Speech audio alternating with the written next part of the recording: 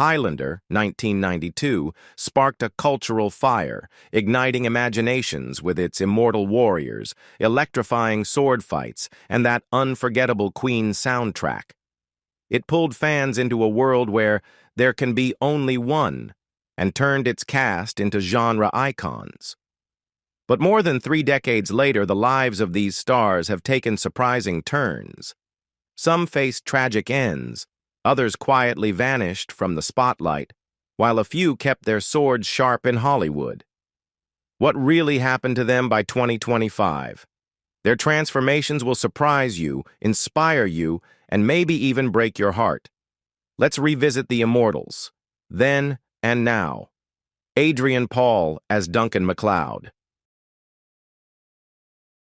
Adrian Paul, who played Duncan MacLeod, the immortal warrior with a noble heart, was 33 years old when he brought to life this romantic, strong, yet emotionally complex hero. His role became the soul of the series, captivating audiences with dramatic sword fights and poignant tales of love, loss, and destiny, making him a symbol of 90s fantasy television. Off-screen, Paul led a rich life, though not without its storms. He was married to actress Melanie Paul from 1990 to 1997, but their marriage ended during the height of his career, drawing attention from the media. Later, he found happiness with Alexandra Vandernoot, whom he married in 2009, and together they have 2 children.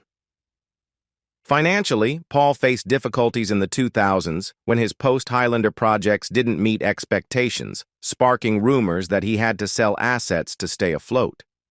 However, he bounced back by shifting into film production and founding the PEACE Fund, a charity supporting underprivileged children.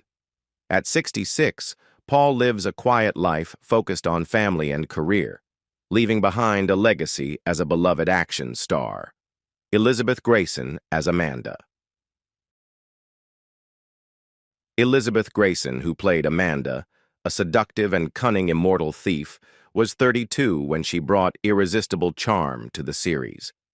Her presence always electrified episodes with witty banter and complex romance, making Amanda one of the most beloved supporting characters. In real life, Gracen became embroiled in a scandal that rocked her career. As Miss America 1982, she had drawn attention for her beauty and talent, but in the late 90s, she was caught in controversy over a past relationship with former President Bill Clinton. Gracen admitted to a brief affair with Clinton before his presidency, and the scandal drew intense media scrutiny, affecting her public image. She was married to John Birmingham from 1989 to 1994, later raising her daughter as a single mother. Despite continuing to act, Gracen never achieved great wealth and has lived modestly through directing and writing. At 64, she leads a quiet life, focused on creative projects and striving to move beyond a past filled with drama. Stan Kirsch as Richie Ryan. Stan Kirsch, who portrayed Richie Ryan, a spirited young man who eventually became the main character's apprentice, was 24 when he brought youthful energy and innocence to the series. His character offered a fresh perspective, representing the younger generation grappling with the harsh lessons of immortal life, earning empathy and affection from fans. Off-screen, Kirsch lived a colorful life that ended in tragedy. He married actress Kristin Green in 2009, and the two were once seen as a happy Hollywood couple. However, Kirsch struggled with depression, a mental health issue he rarely spoke about publicly. On January 11, 2020, he passed away at age 51 in Los Angeles, confirmed as a suicide, a shock to fans and friends alike. His death sparked conversations about mental health in the entertainment industry. He leaves behind the legacy of a talented actor with a warm smile. Roger Daltrey as Hugh Fitzcairn. Roger Daltrey, who played Hugh Fitzcairn, a charming immortal and the main character's close friend, was 49 when he infused the series with wit and charisma. His role became a fan favorite, known for adventurous tales and deep friendship, and viewers always looked forward to Fitzcairn's appearances. In real life, Daltrey is a music legend as the frontman of The Who, though not without personal turbulence. He married Heather Taylor in 1971, with whom he has 3 children and a relatively stable family life, though he was involved in a few extramarital controversies during the 1970s. In terms of health, Daltrey battled laryngeal cancer in 2010 and made a full recovery, becoming a symbol of resilience. Financially, he's extremely secure with a multi-million-dollar fortune from music, known for his lavish spending on real estate and cars. At 81, Daltrey continues to perform and support charities, leaving behind a legendary musical legacy, even if his fiery personality still divides fans. Robb,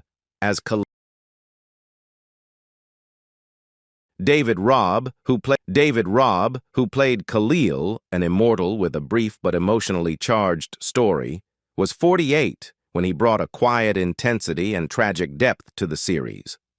Though his appearance was brief, his performance left a lasting impression with its authenticity and emotional layers, enriching the world of the immortals. Off-screen, Robb faced a deep personal tragedy. He was married to actress Bryony McRoberts from 1978 until her suicide in 2013 after a long battle with depression, leaving Robb in enduring grief. He has never been involved in scandals, vices, or controversies, and is known for his private life and dedication to his craft. Now 78, Robb lives in London, continuing to act while carrying a quiet sorrow, never ceasing to give back through his art. Michel Modo as Maurice. Michel Modo, who portrayed Maurice, the humorous chef and loyal friend, was 57 when he brought warmth and light-hearted moments to the series. Though a supporting role, Maurice's charm and lovable personality helped soften the intensity of battles, offering emotional balance to the audience. Off-screen, Modo led a relatively quiet life with little media attention. A multi-talented French artist known for his voice work and comedy, he had a stable family life and was known for his modest lifestyle. As a result, he had a steady income from a long career, mostly spent on his family and creative work. Modo's health declined in his later years, and he passed away on September 25, 2008, in Versailles, France, at the age of 71. His legacy remains in his joyful performances and memorable voice work, remembered as a devoted artist. Byrnes as Joe Dawson. Byrnes, who played Joe Dawson, a devoted member of the Watchers, was 44 when he brought thoughtfulness and humanity to the series.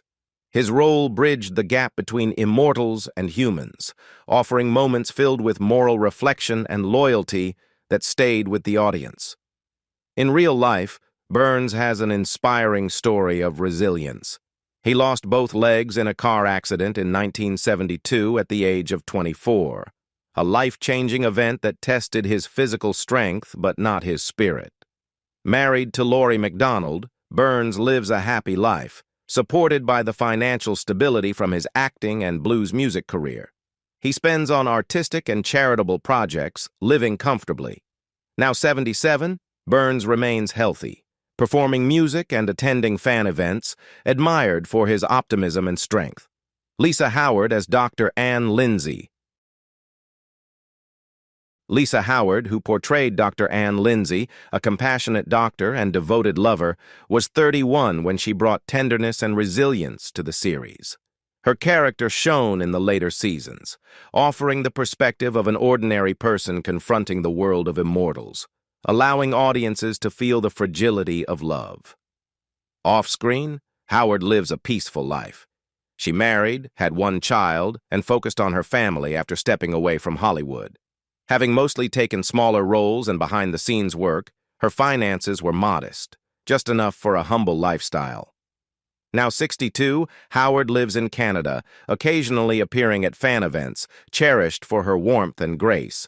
Peter Wingfield as Methos/Adam Pearson. Peter Wingfield, who played Methos, the oldest immortal with mystery and wit, was 33 when he brought fresh energy to the series. His role was a perfect blend of sharp intellect and psychological complexity, making Methos one of the most beloved characters and adding depth to the immortal universe. Off-screen, Wingfield's path has been remarkable and free of scandal. After leaving the series, he became a medical doctor, graduating from the University of Wales College of Medicine in 2004, a surprising but widely admired decision. Married to Carolyn Stewart with one son, he leads a happy family life. Wingfield had a stable income from acting before switching to medicine, spending wisely with a focus on family and education. Now 63, he balances his medical career with occasional acting, respected for his intelligence and humility. Alexandra Vandernoot as Tessa Noel. Alexandra Vandernoot, who played Tessa Noel, a gifted artist and the true love of the main character, was 27 years old when she brought both romance and tragedy to the series. Her role served as the emotional core of the early seasons, with a deeply moving love story that touched audiences' hearts, leaving a lasting impression despite her limited screen time. Off-screen, Vandernoot leads a quiet and elegant life. She is married to producer Bernard Uzan and has 2 children, focusing on her family and career in Europe. Financially stable thanks to her acting roles in Belgium and France, she primarily spends on her family and artistic projects. Now 60, she lives happily in Brussels, occasionally appearing in TV films, and is admired for her. Peter Hudson as James Horton. Peter Hudson, who portrayed James Horton, a scheming villain within the Watchers organization, was 29 when he brought tension and conflict to the series. His character acted as a shadowy force, emphasizing the moral struggles between characters, drawing both ire and fascination from viewers due to Horton's complex nature. In real life, Hudson is a private English actor who stays well out of the spotlight.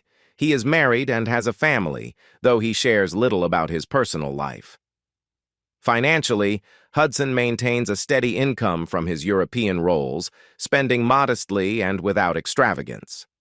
At 61, he resides in France, continuing to work in small-scale film and theater projects, respected by colleagues for his professionalism.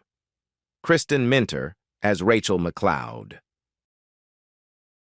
Kristin Minter, who played Rachel McLeod, a strong woman from the McLeod clan, was 30 when she brought resilience and loyalty to the series. Although she appeared in only a few episodes, her performance stood out thanks to its sincerity and her character's deep connection to her family's history. Off-screen, Minter lives an independent life. She has never publicly married and remains focused on her career, with roles in shows like ER and Ray Donovan. Financially, she lives comfortably through her acting work, spending modestly with no known signs of extravagance. At 60, Minter lives in Los Angeles, still acting and participating in artistic projects, admired for her perseverance. Amanda Wyss as Randy McFarland. Amanda Wyss, believed to have played Randy McFarland, a curious and bold reporter, was 32 when she was active in similar acting roles. However, there is no verified evidence that Wyss played this role in Highlander, and this might be an error in the transcript. Nonetheless, her real-life career stands strong as a notable figure in horror films. Off-screen, Wyss lives a relatively peaceful life, though not without its challenges. She has never publicly married and maintains her independence, focused on acting. She has shared past financial struggles, particularly in the 90s when she was typecast in horror roles like A Nightmare on Elm Street. Now 65, she continues to work in independent films and appears at fan events, loved for her approachability. Werner Stocker as Darius. Werner Stocker, who played Darius, an immortal priest with a tragic warrior past, was 38 when he brought depth and humanity to the series. His character stood out in the first season as a former war leader who chose peace, captivating audiences with his inner conflict and compassion, becoming a symbol of redemption in the immortal world. Off-screen, Stocker's life was short but inspiring. Born in Flensburg, Germany, to Albina Stocker and Peter Fischer, he lived simply and once worked as a taxi driver to make ends meet before moving to Munich at 20 to pursue acting. There were no scandals or controversies around him. Stocker was known for his modest lifestyle and strong work ethic. Tragically, his health declined after a brain tumor was discovered in 1993.